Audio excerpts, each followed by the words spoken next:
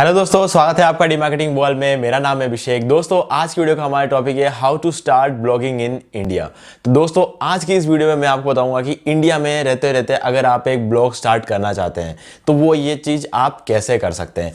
इसमें मैं आपको हर एक चीज़ क्लियर करूंगा, मतलब आपको किन चीज़ों की रिक्वायरमेंट है, आपके क्या क्या स्टेप्स आपको फॉलो करने हैं, ठीक है, और ये सारे स्टेप्स आपको कहाँ लेकर जाएंगे, ठीक है। तो ये सारी चीज़ें आपको मैं इस वीडियो में बताऊंगा, तो इस वीडियो को एंड तक जरूर देख लेना गाइज, प्लीज़ इस वीडियो को एंड तक जरूर देख लेना, क्योंकि अच्छे वीडियोस जो होते हैं ना वो बार बार नहीं बन पाते। तो इसलिए बहुत ज़्यादा रिसर्च के बाद ये वीडियो में लेकर आया हूँ। सारे जो रिसोर्सेस है सभी के लिंक आपको डिस्क्रिप्शन में मिल जाएंगे। जो कुछ मैं इस वीडियो में कवर करूंगा सभी के लिंक आपको इस वीडियो के डिस्क्रिप्शन में मिल जाएंगे, तो आप जाके वो भी चेकआउट कर सकते हैं, ठीक गाइस।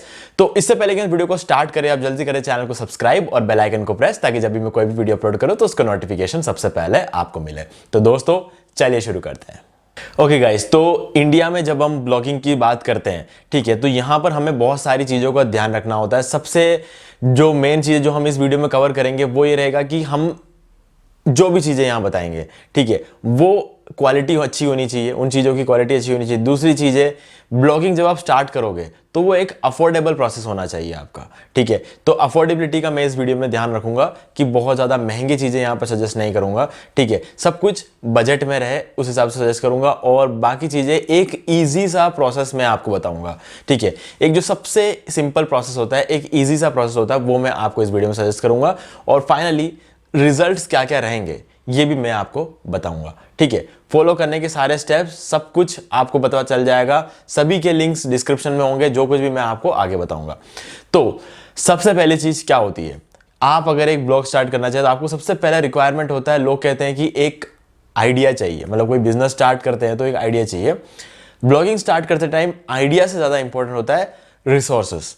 आपके पास रिसोर्सेस होने चाहिए। अब वो रिसोर्सेस क्या रहेंगे गाइज, अगर आप मेरा ये वीडियो देख रहे हैं तो डेफिनेटली आपके पास इंटरनेट तो है, मतलब इंटरनेट का एक्सेस तो आपके पास है, और ब्लॉगिंग के लिए सबसे इंपॉर्टेंट चीज होती है इंटरनेट की। अगर आपके पास इंटरनेट है तो आप शुरू तो कर सकते हो, ठीक है, शुरू तो कर सकते हो। तो आपका जो पहला रिक्वायरमेंट था वो फुलफिल हो गया। तो पहला हमारा रिक्वायरमेंट है इंटरनेट, तो वो फुलफिल हो गया। अब दूसरा, हमारे पास एक डिवाइस होना चाहिए, मतलब जिस डिवाइस से हम ब्लॉगिंग कर सके। अब ब्लॉगिंग करने का क्या मतलब होता है, टाइपिंग करनी पड़ती है, ठीक है। तो इसके लिए आपको क्या चाहिए, आपके पास एक कंप्यूटर होना चाहिए, या फिर आपके पास एक लैपटॉप होना चाहिए, या फिर आपके पास एक टैबलेट तो होना ही चाहिए, ठीक है। अब जब हम बात करते हैं टैबलेट की, तो टैबलेट यार कितने हज़ार में आता है। अगर हम सस्ते टैबलेट्स की अगर हम बात करें तो सस्ता टैबलेट तो 7,000 में भी शुरू हो जाता है, ठीक है। लेकिन मैं हमेशा सजेस्ट करता हूं कि अगर आप एक टैबलेट में इन्वेस्ट करना चाहते हैं तो आप कर सकते हैं। मैं ये नहीं कह रहा हूं कि आप 20-30 हज़ार रुपये खर्च करें। एक सस्ता लैपटॉप का भी एक ऑप्शन रहता है, जो मैं कह रहा हूं कि 20-30 हज़ार अगर आप खर्च करते हो तो एक सस्ता लैपटॉप मिल जाता है, जिसमें भी आप ब्लॉगिंग बहुत ही स्मूथली कर सकते हैं, क्योंकि ये 30,000 कम नहीं होते हैं, ठीक है। 30,000 के लैपटॉप में आपको अच्छी खासी फैसिलिटीज देखने को मिलती है अगर हम बात करें ब्लॉगिंग की। हाँ, अगर आप गेमिंग वगैरह की बात करें तो 30,000 का लैपटॉप कुछ भी नहीं कर सकता है, ठीक है, क्योंकि जो लैपटॉप हम यूज करते हैं नॉर्मली, जो आजकल लोग यूज करते हैं, वो गेमिंग लैपटॉप्स होते हैं, जिसके अंदर में SSD वगैरह बहुत सारी चीजें देखने को, लेकिन इतना सब कुछ नहीं चाहिए होता ब्लॉगिंग के लिए। तो मैंने आपको एक लैपटॉप भी सजेस्ट किया, तो उसका लिंक मैं आपको डिस्क्रिप्शन में दे रहा हूं, तो वहां जाके आप उसे चेक कर सकते हैं। अब टैबलेट चाहिए तो टैबलेट का भी लिंक मैं आपको डिस्क्रिप्शन में दे रहा हूं, तो वो जाके भी आप चेक कर सकते हैं। लेकिन मैं हमेशा सजेस्ट करूंगा यार, इन्वेस्ट कर रहे हो ना तो लैपटॉप पे करो या कंप्यूटर पे करो, ठीक है। नहीं तो क्या है ना कि थोड़े टाइम बाद आपको वापस लाना ही पड़ेगा लैपटॉप, क्योंकि इतना इजी नहीं होता है यार, जो टैबलेट होता है टैबलेट में इतना इजी नहीं हो पाता है, ठीक है। तो अब ये दो चीजें तो हो गई। अब सबसे इंपॉर्टेंट चीज, क्योंकि अगर आपके पास टैबलेट हो तो भी चलेगा, लैपटॉप हो तो भी चलेगा, लेकिन ये चीज नहीं हो तो चलेगा ही नहीं, ठीक है। चाहे आपके पास और कोई भी रिसोर्सेस हो, आइडिया हो, कुछ भी हो, डोमेन और होस्टिंग, इसके बिना ब्लॉग बन ही नहीं सकता है। डोमेन क्या होता है, आपके ब्लॉग का जो है नाम रहता है डोमेन, ठीक है। एक URL होता है, जैसे कि www.google.com। अब मेरा अगर मैं अपना एक डोमेन परचेस करूंगा तो www.abhishek.com, ठीक है, या फिर dmarketingworld.com या .in या फिर .xyz, कुछ भी हो सकता है। अब यहां पर सबसे पहला जो फोकस हमारा रहना ये चाहिए कि आप जो डोमेन परचेस करते हो वो कोशिश करना कि या तो .com हो या फिर .in हो, ठीक है। इन दोनों में से कोई एक डोमेन परचेस करना। .in जो होता है वो इंडिया के लिए होता है, तो मैं हमेशा सजेस्ट करता हूं कि इंडिया के लिए अगर आप जाते हैं तो .in डोमेन के साथ आप जा सकते हैं, ठीक है। तो ये हो गई पहली बात। अब होस्टिंग, डोमेन कहीं से भी ले सकते हो, कहीं से भी ले सकते हो डोमेन, क्योंकि डोमेन तो डोमेन होता है, एक नाम होता है, कहीं से परचेस कर सकते हो और सस्ता भी होता है। अब होता है होस्टिंग। अब होस्टिंग के टाइम पे हमें क्या ध्यान रखना होता है कि अगर मान लो हमने गलती से एक ऐसी होस्टिंग परचेस कर लिया और उसके ऊपर हम काम करते गए, भले कितना भी अच्छा काम करते गए, लेकिन अगर वो होस्टिंग खराब हुआ ना, तो हमारे सारे काम का जो रिजल्ट हो, जो हमें मिलना चाहिए, उतना कभी भी नहीं मिलेगा।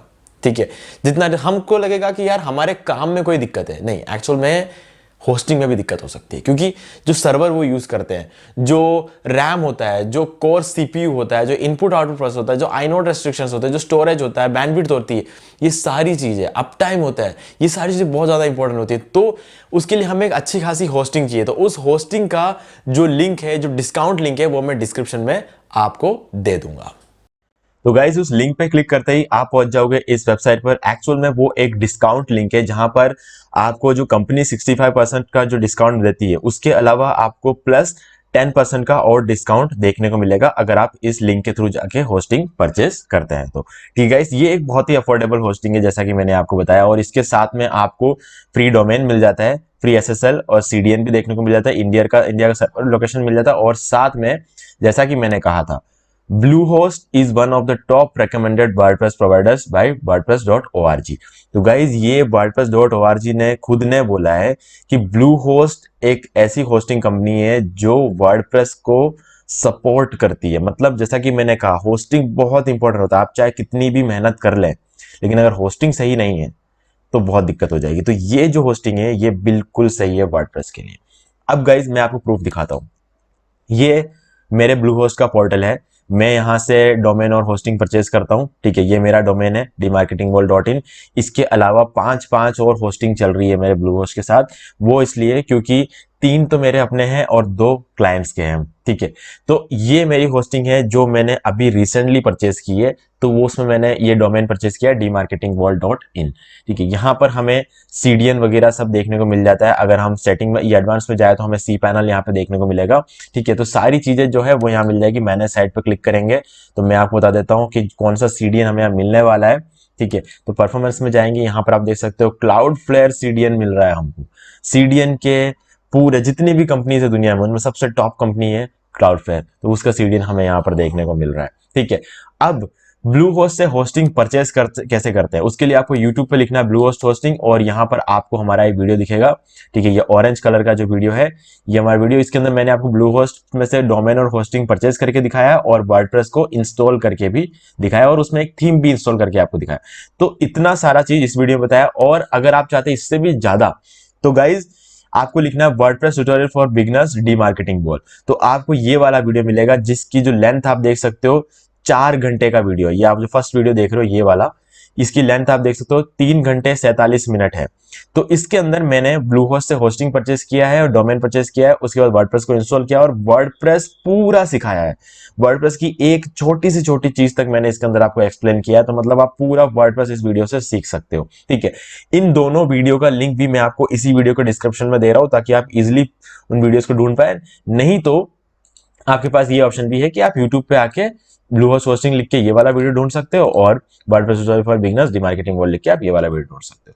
ठीक है गाइस, तो सारे लिंक आपको डिस्क्रिप्शन में मिल जाएंगे। ओके गाइस, तो अब हमने होस्टिंग की बात तो कर ली, तो होस्टिंग अब हमने ले लिया। ठीक है, एक बार मान के चलो होस्टिंग हमने ले लिया। अब मेन चीज क्या होती है ब्लॉगिंग में एक मैंने क्या बताया आपको, रिसोर्सेज के बारे में जो हम बात कर लेंगे, उसके बाद हमारी मेन चीज जो क्या होगी कि अब ब्लॉगिंग में क्या चीज की रिक्वायरमेंट है। अब होता है आइडिया की। आइडिया का मतलब क्या है, प्लानिंग की। प्लान में क्या क्या आता है, नीश रिसर्च, कि आप किस नीश पे काम करते हो। ठीक है, अब नीश को जब हम लेके चलते हैं तो हमेशा लोग कहते हैं कि माइक्रो नीश को लेके चलो। माइक्रो नीश में क्या होता है कि रैंकिंग की चांसेस ज़्यादा होती है और जो बेनिफिट भी जो हमें होता है वो ज़्यादा होता है, क्योंकि क्या होता है कि जब हम बहुत ही बड़ा एक नीश लेते हैं तो कॉम्पिटिशन बहुत ज़्यादा होता है।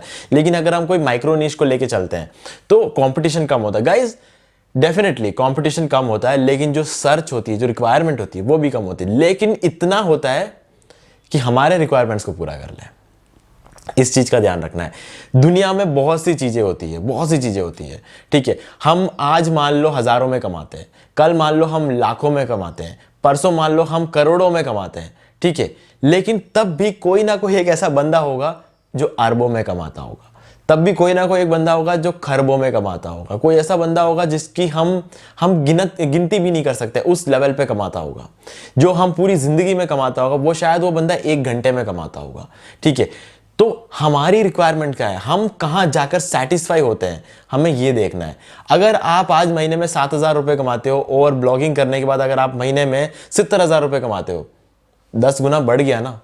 तो ये 10 गुना अगर बढ़ चुका है तो हमें देखना है, तो ये 70,000 हमारे रिक्वायरमेंट्स को पूरा करता है क्या? और अगर करता है तो बहुत है ना यार, तो बहुत है। माइक्रो निश के पीछे जाओ, लालच मत करो। अगर आप बड़े निश को सेलेक्ट करोगे जिसमें बहुत ज्यादा कंपटीशन है, हो सकता है 70,000 तो छोड़ो, आप 7,000 भी नहीं कमा सकते ब्लॉग से। क्योंकि अगर आपका ब्लॉग पे अगर कहीं रैंक ही नहीं हो रहा है, कहीं व्यू भी नहीं है, एक भी व्यू नहीं आ रहा है, तो आप 70,000 तो छोड़ो, आप 7,000 भी कैसे कमाने का सोच सकते हो? क्योंकि व्यू तो आ ही नहीं रहे ना। जब व्यू आएंगे ही नहीं तो आपको जितने भी सोर्सेस मिलते हैं ब्लॉग में पैसे कमाने के, वो कोई भी सोर्स आप अप्लाई नहीं कर सकते हो। तो कुछ ना कुछ व्यूज आने जरूरी है, और वो कुछ ना कुछ व्यूज कैसे आएंगे? जब आप माइक्रो निश को लेके चलोगे। तो बस सिंपल सा फंडा ये है माइक्रो निश का। हाँ, कोई भी ब्लॉगर ये नहीं सोचता है जब ये चीज बताते वक्त कि अगर सब जने इस निश में आएगा तो मेरा क्या होगा। ये सोच के कभी भी कोई नहीं बोलता। सब इसीलिए बोलते हैं क्योंकि यार कंपटीशन एक्चुअल में ज्यादा है ना, एक्चुअल में ज्यादा है। आप अगर कोई बड़े निश को पकड़ ले, जैसे डिजिटल मार्केटिंग मेरा निश है, आप डिजिटल मार्केटिंग को कल पकड़ोगे तो मेरा कोई नुकसान नहीं है उसमें। ठीक है, लेकिन मैं हमेशा कहता हूँ डिजिटल मार्केटिंग के किसी एक छोटे चीज को पकड़ के चलो, है ना। तो डिजिटल मार्केटिंग अगर आप पकड़ के चलोगे तो आप मेरे कंपटीटर तो बन जाओगे, लेकिन आपको जो शुरुआती व्यूज मिलने चाहिए वो नहीं मिले, क्योंकि मैं ही नहीं हूं आपका कंपटीटर, मेरे जैसे हजारों बैठे हैं आपके कंपटीटर। ठीक है, तो इसलिए दिक्कत तब वहां पे आती है। तो अब नीश, आपको एक अच्छा सा नीश ढूंढना है। अब नीश देखना कि वो चीज हो जिसमें आपका इंटरेस्ट हो। अगर आज मुझे कोई बोले कि मैं ब्लॉग लिखूं नेचर के बारे में, हेल्थ के बारे में, या फिर क्लोथिंग के बारे में, तो पॉसिबल ही नहीं है, क्योंकि मेरे को इंटरेस्ट ही नहीं है इन चीजों में। ठीक है, हाँ, अगर थोड़ा बहुत अगर इंटरेस्ट है तो नेचर और हेल्थ के बारे में, लेकिन क्लोथिंग के बारे में कोई इंटरेस्ट नहीं है मेरा। ठीक है, अगर मुझे कोई बोले हेल्थ के क्लोथिंग के बारे में ब्लॉग लिखो, सवाल ही नहीं उठता, मैं कर ही नहीं सकता, और उस काम में मुझे कभी जिंदगी में मजा नहीं आने वाला है ना। तो वो चीजें होती है। अगर मुझे कोई बोले डिजिटल मार्केटिंग पे ब्लॉगिंग करो, या फिर ब्लॉगिंग के ऊपर ब्लॉगिंग करो, वर्डप्रेस के ऊपर ब्लॉगिंग करो, या फिर मान लो कि अगर मुझे कोई बोले कि वेब होस्टिंग के बारे में एक ब्लॉग लिखो, ठीक है, पैसिव इनकम कैसे जनरेट करते हैं उस पर एक ब्लॉग लिखो, और एफिलिएट मार्केटिंग के बारे में बताते हुए ब्लॉग लिखो, तो मैं लिख लूंगा, क्योंकि मुझे नॉलेज है, मैं लिख सकता हूं आराम से, तो मैं लिख लूंगा। लेकिन ऐसी चीजों के बारे में तो आपका इंटरेस्ट होना चाहिए। अब इंटरेस्ट के बाद क्या चीज आती है? इंटरेस्ट के बाद आता है कि क्या वो नीश आपको पैसे कमा के दे सकता है। ये पता कैसे चलेगा? जब तक आप ब्लॉग कर स्टार्ट नहीं कर देते, कुछ व्यूज आने शुरू नहीं हुए, तो पता कैसे चलेगा कि यार कुछ पैसे कमा भी सकते हो कि नहीं होता। हाँ, डेफिनेटली अगर आपका ब्लॉग मोनेटाइज हो जाता है, एड से आप कुछ पैसे कमा सकते हो। लेकिन गाइज यहाँ पर एक बहुत बड़ी बात आ जाती है, बहुत बड़ी बात आ जाती है कि एड से आप पैसे तो कमा सकते हो, लेकिन एड से हर बंदा अलग लेवल पे पैसा कमाता है। ठीक है, आप कहोगे यार ब्लॉग मोनेटाइज है, कोई ना कोई ऐड तो आएगा ही आएगा ना। गाइस, कोई ना कोई ऐड आने से क्या होता है? महंगे एड्स आने चाहिए, महंगे ऐड आने में तो जरूरी है ना। और महंगे एड्स कब आते हैं? जब आपके ब्लॉग से रिलेटेड कोई प्रोडक्ट इस दुनिया में एग्जिस्ट करता है। ठीक है, अब ये चीज कैसे, हम इसको चीज को थोड़ा थोड़ा डिटेल में समझते हैं ना। अब ये चीज हमें पता कैसे चलेगी कि हमारे ब्लॉग से रिलेटेड कोई प्रोडक्ट एग्जिस्ट करता है कि नहीं करता। अब मान लो कि वेडिंग फोटोग्राफी होती है, वेडिंग फोटोग्राफी। अब अगर मैं ब्लॉग लिखता हूँ वेडिंग फोटोग्राफी पे, तो मैं उस ब्लॉग के अंदर लिखता हूँ वेडिंग फोटोग्राफी कैसे करनी चाहिए, कब करनी चाहिए, कौन से लाइटिंग कंडीशंस होते हैं, क्या क्या इक्विपमेंट्स चाहिए होते हैं। ठीक है, ये सारी चीज़ें जो है वो कैसे करनी चाहिए, क्या उसमें पोजेस क्या होते हैं, ये सारी चीज़ें, मतलब बहुत बड़ा एक टॉपिक रहता है यहाँ पे। जब मैं यहाँ पे लिखता हूँ ये ब्लॉग, क्या कोई प्रोडक्ट नज़र आ रहा है आपको? इसमें नहीं आ रहा है तो आना चाहिए, आपको सोचना चाहिए क्या प्रोडक्ट है। वेडिंग फोटोग्राफी के लिए कैमरा कौन सा यूज करेगा? इस कैमरा आ चुका है। अब जहां पर कैमरा आ गया है तो कैमरा के ना जाने कितने ब्रांड है। अगर हम बात करें तो कैनन है, निकॉन है, सोनी है, फूजी फिल्म है, ऐसे बहुत सारे ब्रांड्स है कैमरा के जो कि आप उसके अंदर इंक्लूड कर सकते हो। तो आपको एक बहुत बड़ा प्रोडक्ट यहां पर मिल चुका है। ठीक है, अब इस प्रोडक्ट का लगा फोन है, कितने सारे ब्रांड्स के फोन हैं जिसके अंदर अच्छे अच्छे कैमरास हैं, मेगापिक्सल कितने अच्छे, जूम क्वालिटी, कितने सारे प्रोडक्ट्स हैं, अन्ना शना प्रोडक्ट्स है। तो प्रोडक्ट आए ना, तो अब आपके इस पर जो ऐड आएंगे आपके ब्लॉग पर, वो इनसे रिलेटेड एड्स आएंगे।